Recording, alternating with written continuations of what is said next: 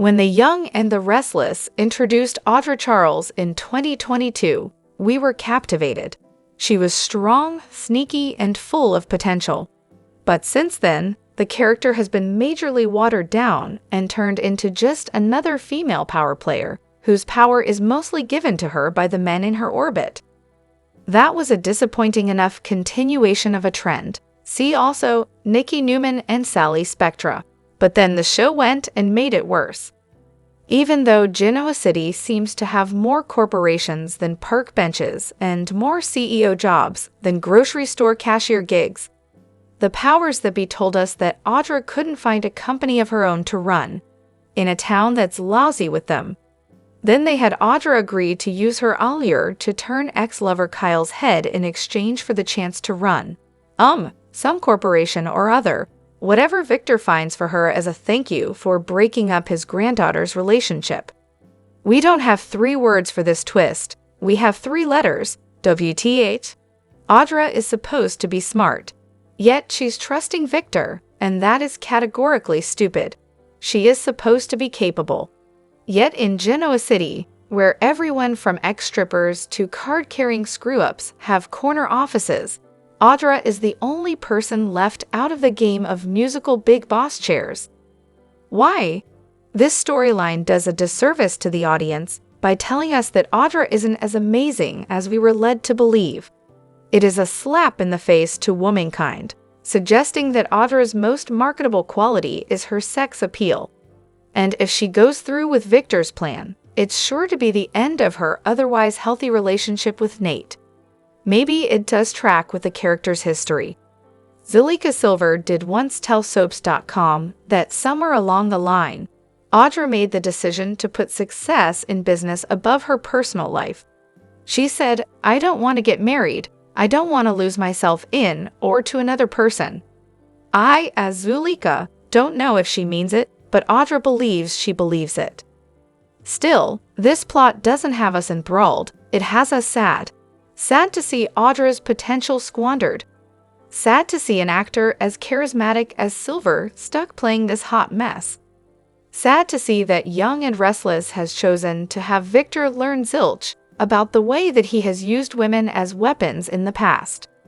Remember how well that worked out when he sicked Patty on Jack? Or when he sicked Kelly on Jack? We do. It was gross enough when Bold and Beautiful had Steffi whore out pal Daphne in hopes of breaking up Carter and Hope, and thereby regaining control of her family's company. But at least Daphne didn't seem grossed out by what she was doing. She saw it as a game.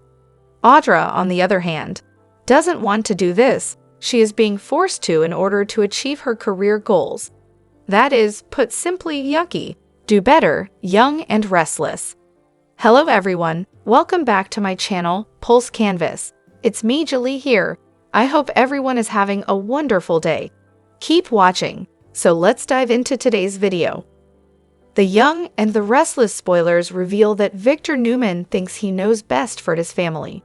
Too often this has led to a disastrous outcome instead of the consequence he wanted. It looks like his latest plot to thwart Claire could turn out to be a hysterical reversal of fortune for Victor. Here's what to know about how his plan could go sideways. Victor has hired Audra'S to break up the burgeoning relationship between Claire Newman and Kyle Abbott. What could go wrong? Audra is eager to return to corporate America, and she will with Victor's help, if she can bust up Claire. Victor thinks that Kyle is no good for his granddaughter, and he knows that Kyle and Audra have a steamy past. In fact, Victor hired them to work together at one point. That didn't work out, but in the meantime they became friends with benefits. Can Audra work her magic again? That's what Victor's counting on. Of course, Audra has made a deal with the devil, and there is every reason to believe it will come back to bite her. She doesn't care about that now. Poor, trusting Claire wants Victor to accept her, but she is in for a rude awakening. Victor accepts what he wants and manipulates the rest. She thinks that she can prove to him that Kyle is the man for her. But Kyle wants more from her than she can give right now, and that's where Audra and her past comes in. Holden Novak wants to pick up where he left off with her in Lay. She isn't interested, or is she? He flirted with Claire once, and neither one seemed too upset by it. At the GCHC, Holden had Claire try a new drink, the Vesper, and we see this connection going one of two ways. If Claire discovers Audra and Kyle hooking up, she will be devastated. Claire could do revenge sex with Holden to get back at Kyle. Or if Audra sees these two together in an innocent context, she is sneaky enough to get Holden to do her dirty work. We can see Audra trying to weasel her situation by having Holden set up Kyle to think he did something with Claire. Tell the truth, isn't this exactly snarky kind of sneak exactly Audra's MO? Be sure to catch up on everything happening with Y and R right now. Abby and Devin getting married should have marked the beginning of their next big chapter on Young and the Restless, not their exit from the canvas. These two have chemistry, history, and serious potential for drama. So now that Abby's back on screen, we're ready for them to step back into the spotlight where they belong. Whether they're navigating parenthood or helping each other in business, this couple has all the ingredients for a juicy front-burner storyline. They've already been through quite the roller coaster: friendship, betrayal, co-parenting, heartbreak, and eventually love. So why stop now? It's time to explore what's next, and we have a few ideas. First up, let's talk family.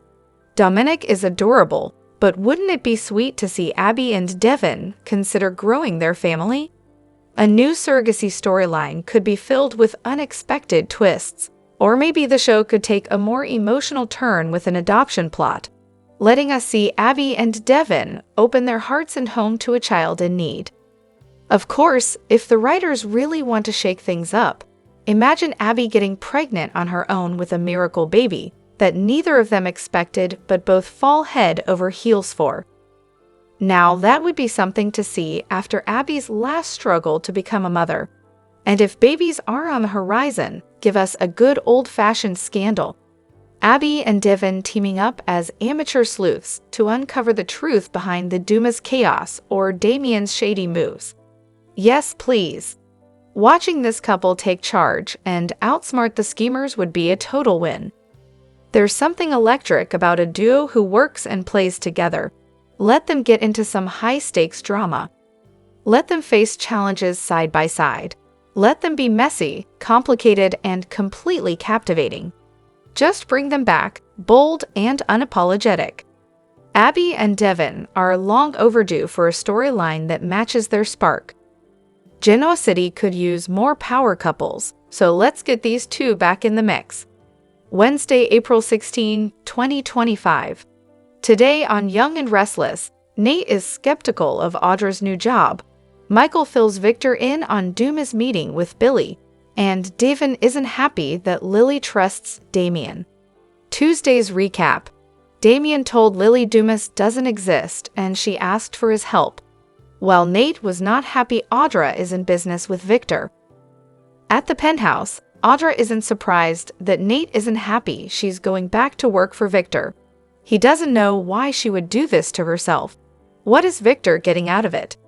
They argue about the games Victor plays, and Nate wonders what he wants. She says the offer didn't include anything she's not willing to entertain. She tells him not to be Mr. Negative and rain all over her parade. Audra claims Victor just wants to use her talent. He doesn't want her to feel bad, but he doesn't trust the Newman. Neither does she. She'll check the contrast, and Nate wants to check it too. She knows Nate is just trying to look out for her, but she hopes he can be happy for her. Get updates on the latest posts and more from soapspoilers.com straight to your inbox. He's sorry his reaction wasn't what she hoped for. She says she's finally found something to give her per boast. Nate wants to take her out for a proper nightcap and asks her to be careful with Victor. She promises. Lily and Damien are at society. She tells him about raising twins and how great they have turned out. He thanks her for having dinner, and she thanks him for being so honest about his boss. Is he willing to help her find out what Dumas wants in Genoa City? Damien admires her persistence, but he doesn't have an answer for her yet. It would put him in a precarious situation. Dumas has done right by him, and he can't afford to rock the boat. Lily can understand and doesn't want to get him in trouble. Damien doesn't like the feeling of turning her down. It would be a big gamble, so he needs time to figure out a strategy. Devin walks in and spots them together. Abby joins him to say Damien is easy on the eyes, and reassures Devin he's not as handsome as him. They join his sister and Damien and get introductions. Damien tells Abby how great her restaurant is. After telling Lily he will get back to her, he exits. Devin asks his sister to tell him what that was all about. Turning to Abby, Lily asks what happened with Tracy. Abby fills her in on the Alan/Martin story. It makes her sick to her stomach. Lily feels bad for Tracy and will reach out to her. She can't even imagine that level of emotional trauma. When she mentions telling Damien about the twins, Devin snaps and asks why she was telling that guy about her personal life. His sister tells him to drop the tone. She's been meeting with Damien to discuss Dumas and asked him to find out his boss' intentions. Devin thinks that was a bad move. Abby is getting confused, so they recap all their doubts about Damien. Lily admits she's changed her mind about him. This sets Devin off, who can't understand her suddenly trusting that guy. Lily thinks her brother is grumpy. Devin says he doesn't get grumpy. Abby laughs at that one. Devin suggests Damien is obsessed with Lily, and she insists she's only trying to be proactive. If Damien wants to prove he's not a threat, they can put him to the test. Devin thinks Damien has gotten to Lily, and she feels a pull to him. Lily rolls her eyes. She says she's not. Abby wouldn't blame her. The Young and the Restless News says that everyone wants to know what's going on with actress Eileen Davidson. Luckily, we've got some answers for you. Keep reading below for everything you need to know. Back in April of 2024, Eileen opened up about her character Ashley Abbott and some of the mental health issues that she's going through. In an interview with Soap Opera Digest, Eileen Davidson said that she first talked to executive producer and head writer Josh Griffith about the possibility of this storyline back in 2023 when Ashley and Tucker were having problems in their marriage. She said, "He remembered and got really inspired by that. It makes my head hurt because it's Ashley, and then sometimes mid-scene, I'm becoming the alter, so I'm starting off as one and ending up as another." That said, a lot of fans think she's been giving the performance of her life. Some have even commented with, "Ashley's alter just put baby Ashley back to sleep, and the other Ashley is planning on killing Tucker and setting up Audra." Oh, how delicious this story is becoming, and I'm loving everything about it.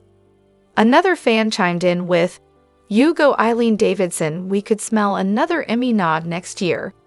In July of 2022, Eileen and her co-star Beth Maitland opened up about their on-screen sisterhood. Eileen told her co-star, "Beth, we had an incredibly long and deep conversation about life, and I remember every word of it. I'm kidding, I don't remember either."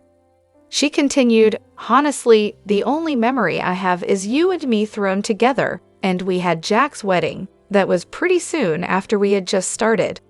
There was tons of dialogue, and we wore those crazy giant bridesmaids hats."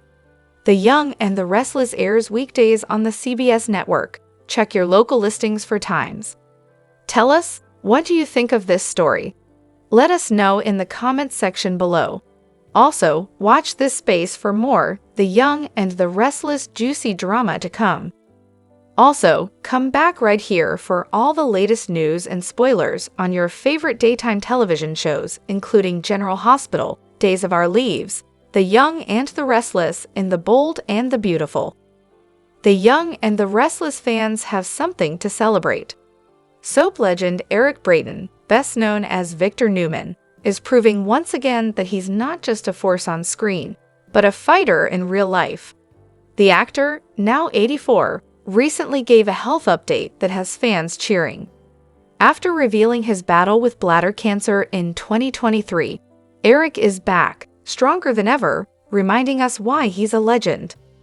When Eric first shared his cancer diagnosis in April 2023, the soap world paused.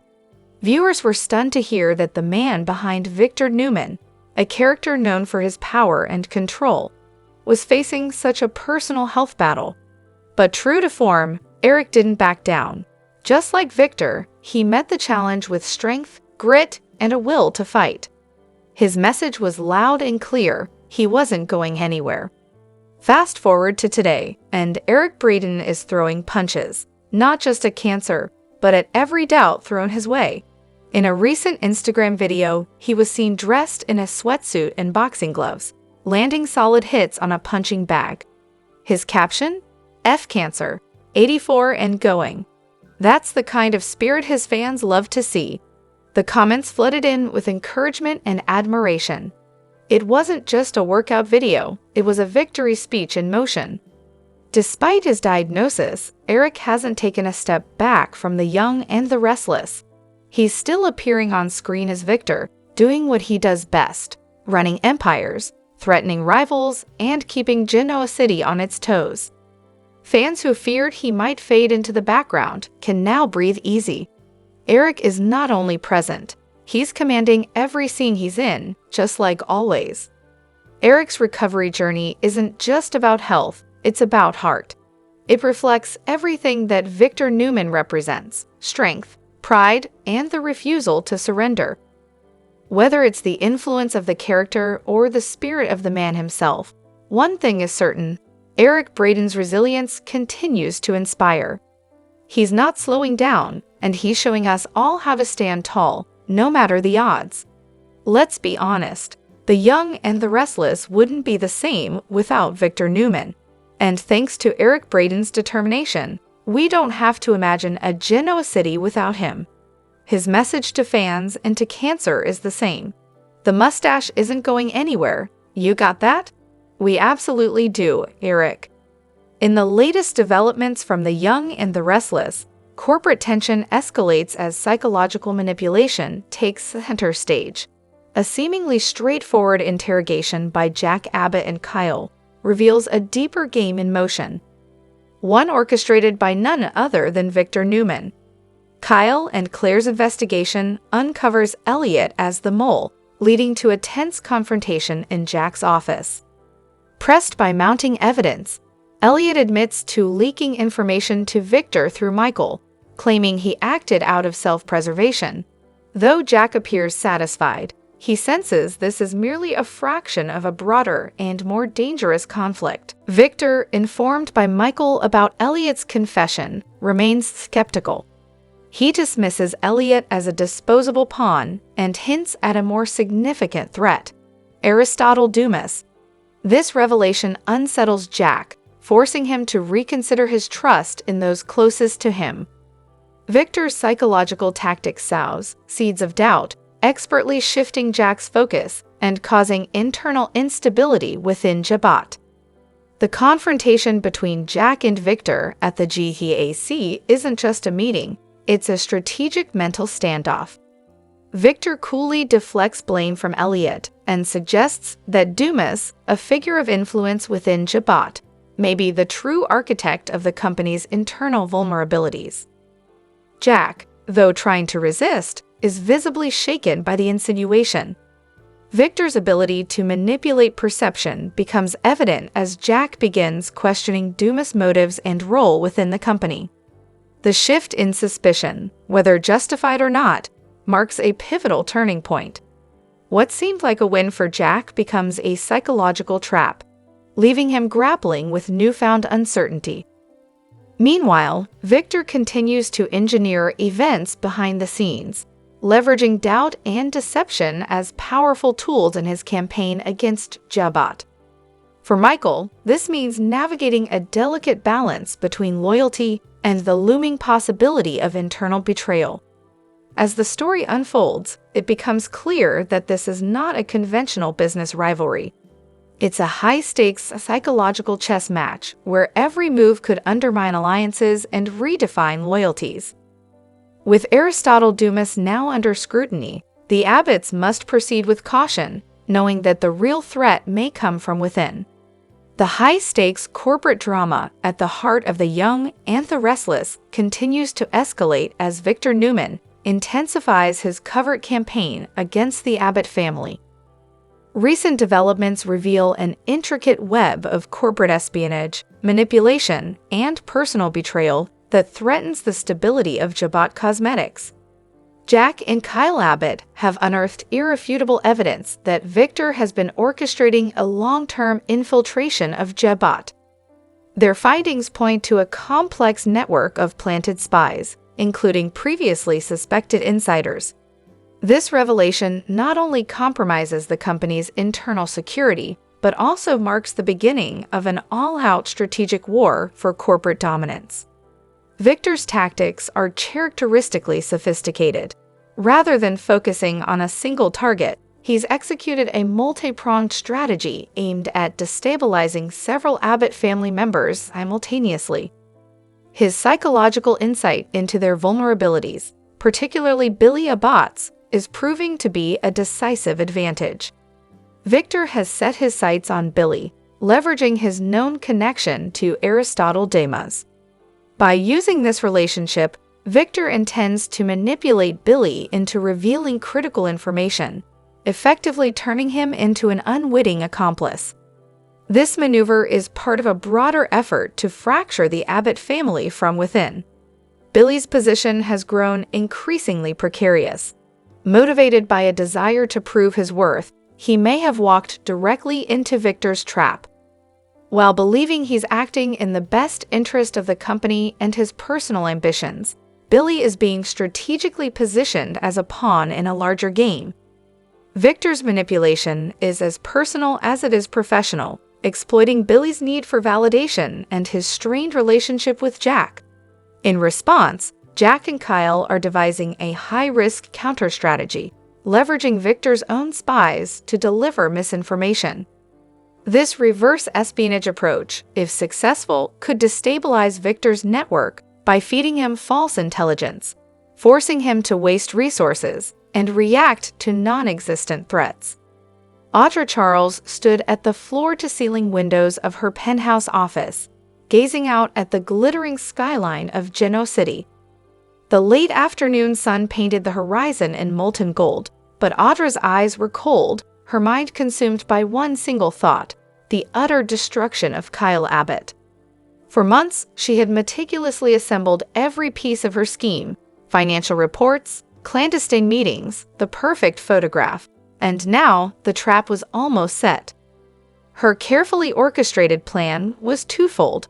First, she would engineer Kyle's professional ruin at Jabot Cosmetics, ensuring that every misstep could be blamed on him alone. Second, and far more personal, she would shatter the blissful relationship between Kyle and Claire Newman.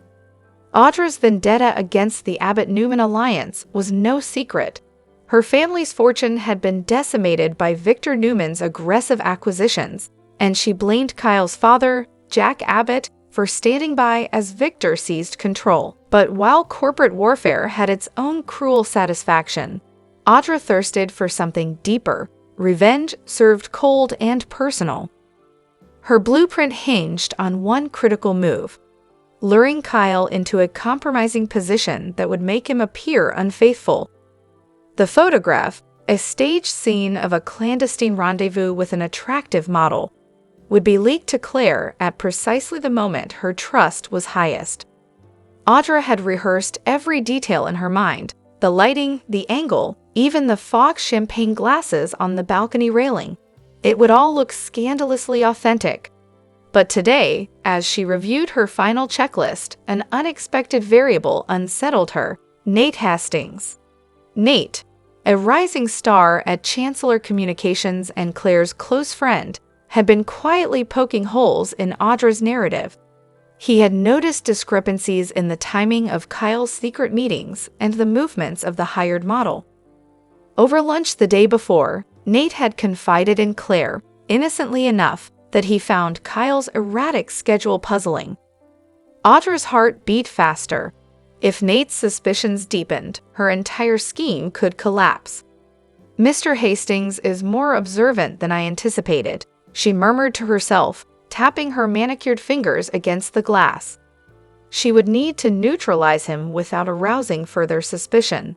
A whisper campaign, perhaps, planted a seed of doubt about Nate's reliability in Claire's mind. Audra smiled thinly. She relished the thought of Claire questioning the motives of her closest ally. Meanwhile, Kyle Abbott was blissfully unaware of the storm gathering on the horizon.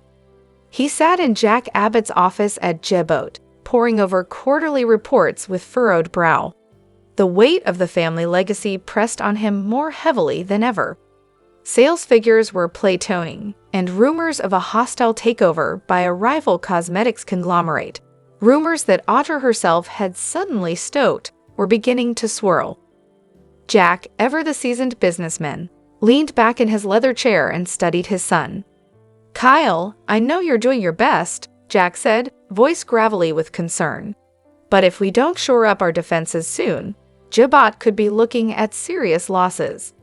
I've asked Diane Jenkins to help us with strategic counsel." Kyle nodded, forcing a smile. Diane had been Jack's ally for decades, sharp-witted, tenacious, and fiercely loyal. Together, they would fortify Jebot's position. But Kyle's mind kept drifting to Claire. They had dinner plans tonight at Society, the upscale bistro where they shared their most private hopes and fears. He longed to see her smile, to feel the warmth of her hand in his. In his heart, he believed they could weather any storm, never suspecting that the greatest tempest was being brewed by Audra'S. Later that afternoon, Audra made her move. She summoned her most trusted operative, a private investigator named Simone Carver, into her office.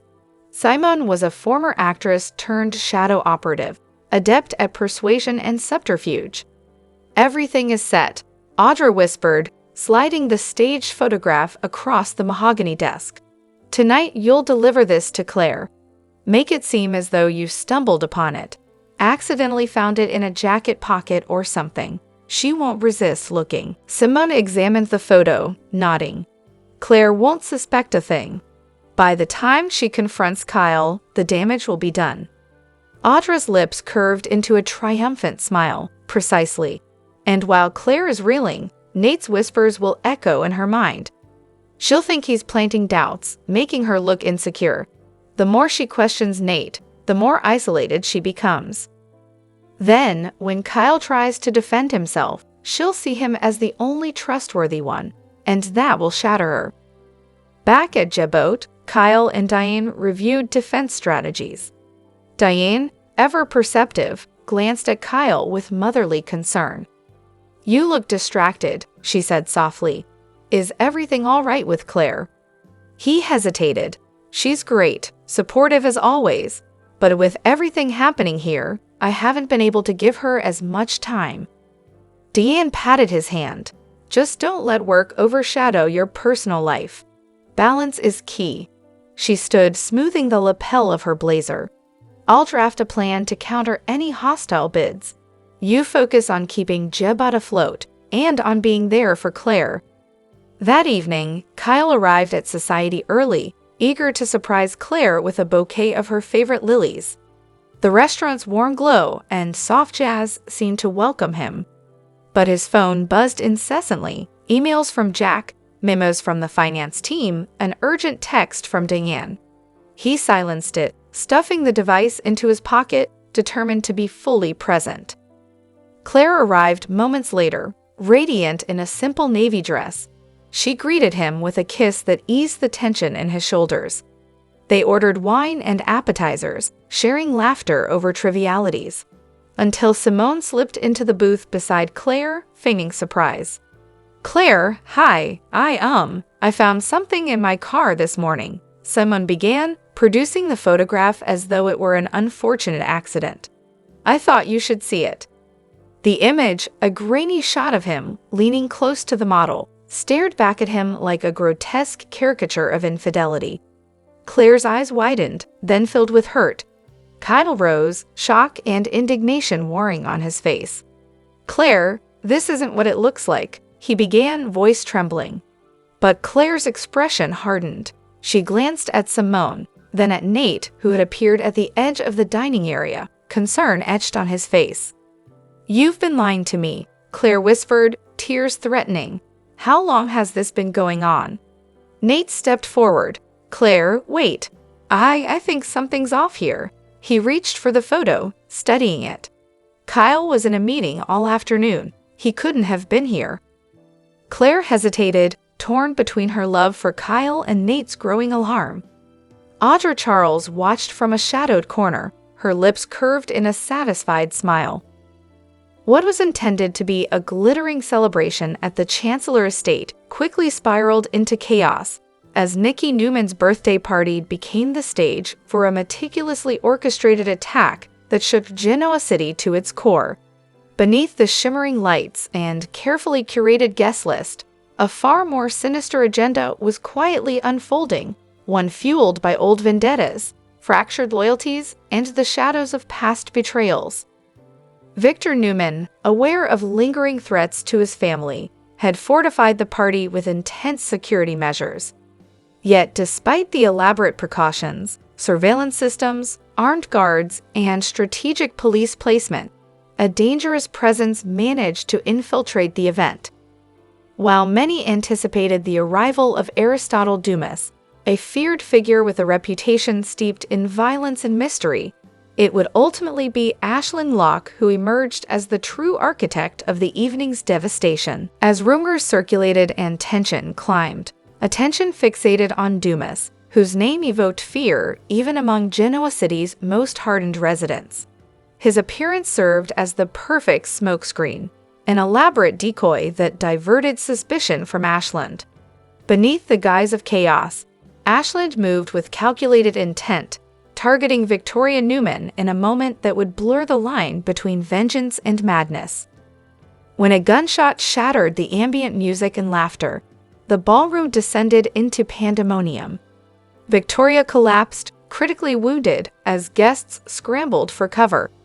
Amid the chaos, Dr. Nate Hastings acted swiftly, leveraging his medical expertise to administer life-saving first aid. His quick thinking, combined with emergency medical support, stabilized Victoria long enough for transport to the hospital.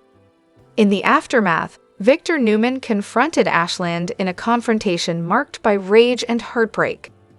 The scene underscored the emotional weight of betrayal, as Aislinn, once considered part of the family, stood accused of orchestrating the attack. Chancellor intervened to prevent further violence, urging focus on recovery over retaliation. Law enforcement, though present in full force, failed to apprehend the shooter. The attack exposed troubling vulnerabilities in the city's security infrastructure, sparking public outcry and media speculation. Theories ranged from a lone act of vengeance to a broader conspiracy involving both Aislinn and Dumas. As Victoria recovered in the hospital, the Newman and Chancellor families rallied around her, reinforcing bonds forged in crisis. Victor, undeterred by the system's failures, authorized a private task force to investigate further, vowing no threat would go unanswered. Meanwhile, the incident became a catalyst for sweeping security reforms at Newman Enterprises. Though Victoria survived, the events of that night left lasting scars, both physical and emotional. The question of Aristotle Dumas's true role remains unresolved, with many suspecting Aislinn used him as a narrative pawn in a larger, deeply personal vendetta.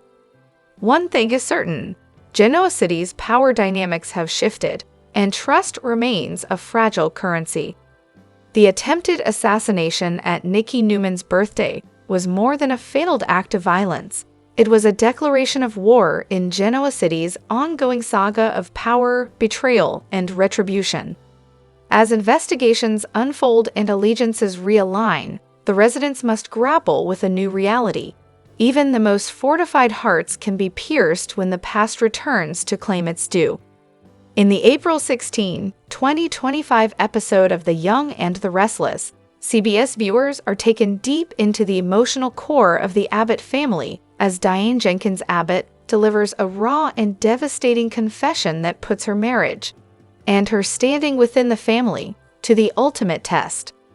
Set within the walls of the Abbott Mansion, a symbol of prestige in Genoa City, the episode unravels with Diane confronting not just her husband Jack, but the lingering shadows of her past.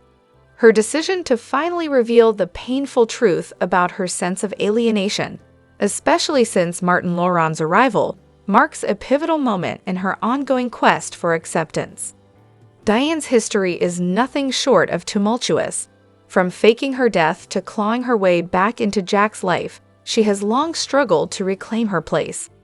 Despite marrying Jack, once a beacon of hope for a stable future, Diane finds herself still battling the perception of being an outsider. Her confession is steeped in emotional vulnerability as she accuses the Abbott family of never truly embracing her, revealing the deep rift between her internal world and the image she's tried to present. The catalyst for this emotional reckoning is Martin Laurent, a disruptive presence inadvertently introduced to the family by Tracy Abbott. His involvement has reignited Diane's insecurities, making her feel like a perpetual outsider. As she unburdens her emotional turmoil to Jack, it becomes clear that her sense of isolation is not just about social dynamics, but something far more existential, a fear that she'll never belong. Jack's reaction to her confession is nuanced. While deeply empathetic, he cannot ignore the long-standing history of secrecy that has plagued their relationship. His acknowledgement of Diane's emotional distance is met with an equally pointed reminder: trust must go both ways. "You haven't exactly been an open book," Jack says, signaling his struggle to reconcile his love for Diane with the questions still surrounding her past, particularly her connection to Martin. As Diane lays bare her emotions, Jack is caught between compassion and caution. He pledges to make a more conscious effort to integrate her into the Abbott family, yet he also sets a clear boundary: full transparency must become the cornerstone of their future. It's a turning point in their marriage, one that sets the tone for what's to come, healing or further fracture. Meanwhile, Tracy faces her own emotional reckoning. Preparing to leave Genoa City for New York, she is weighed down by the consequences of her inadvertent role in Martin's entry into the family's orbit. Her decision, whether to reveal more about Martin or shield Diane, could have sweeping implications.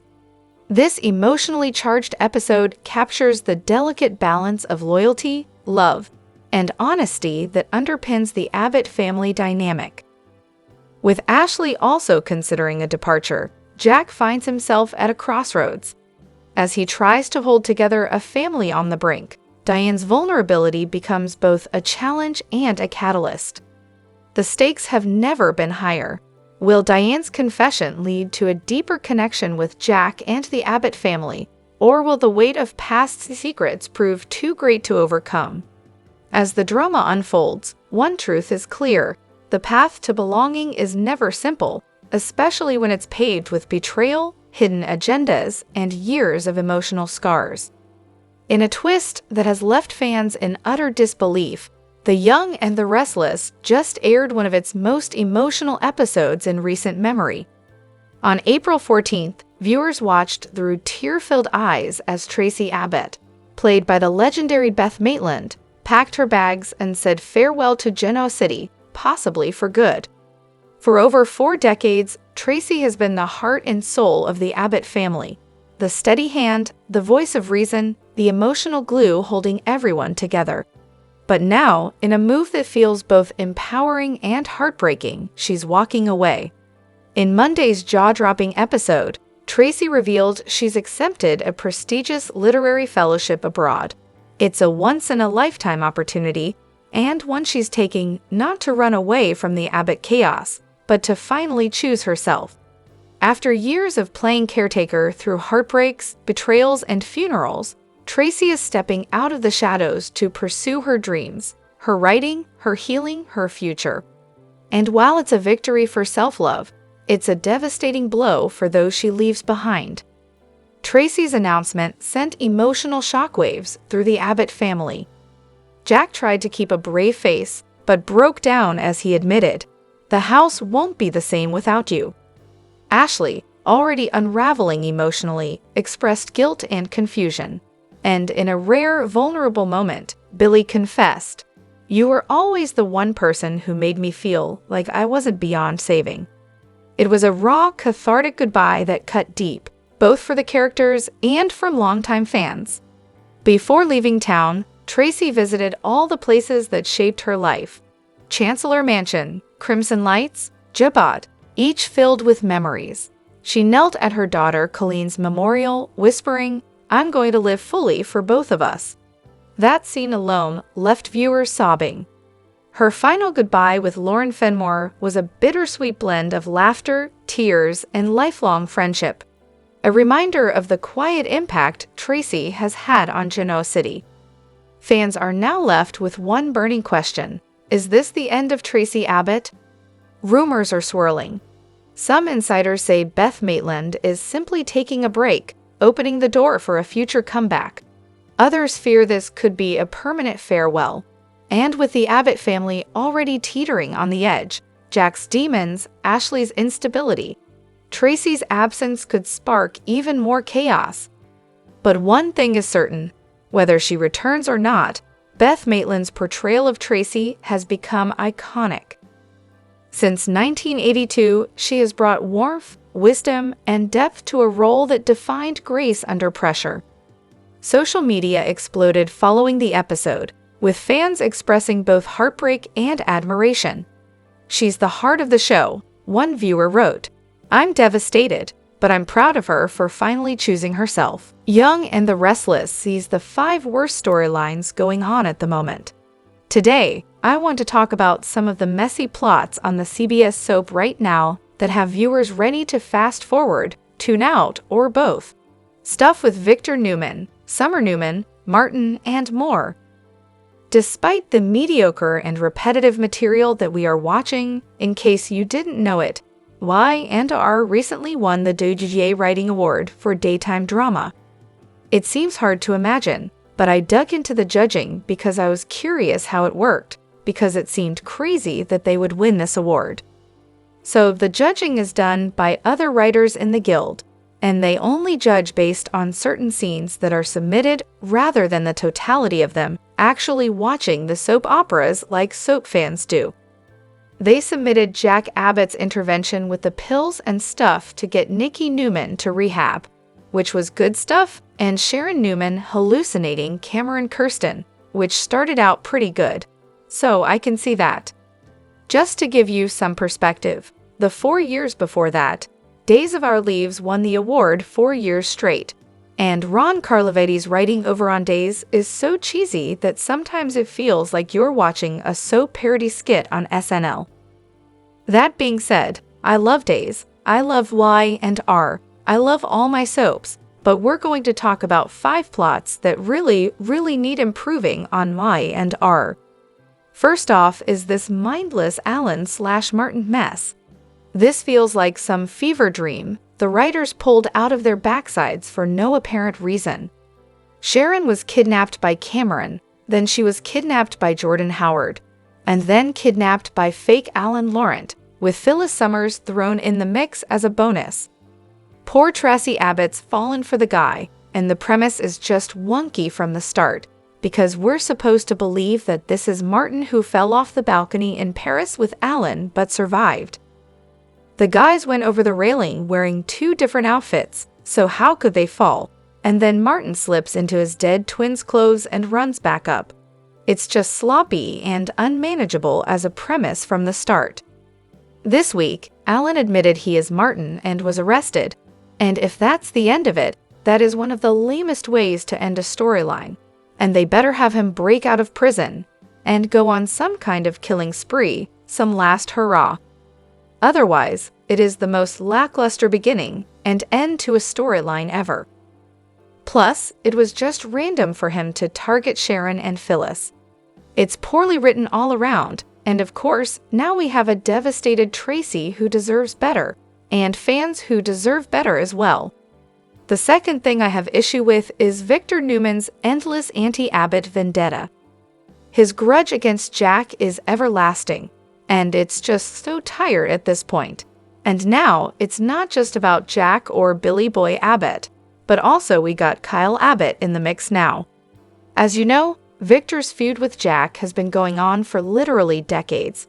But right now, Victor is doubling down because he's salty about the night of debauchery when Jack saved Nikki by downing pills to scare Nikki into rehab. That's a whole year ago, crazy? It was an extreme tactic, but it worked, and the entire Newman family, including Nikki, thinks Jack is a hero, all except Victor.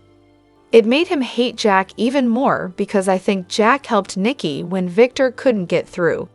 Victor didn't even try. Victor still had the bar cart in the house fully stocked when Nikki came back after the vodka IV terrible husbanding.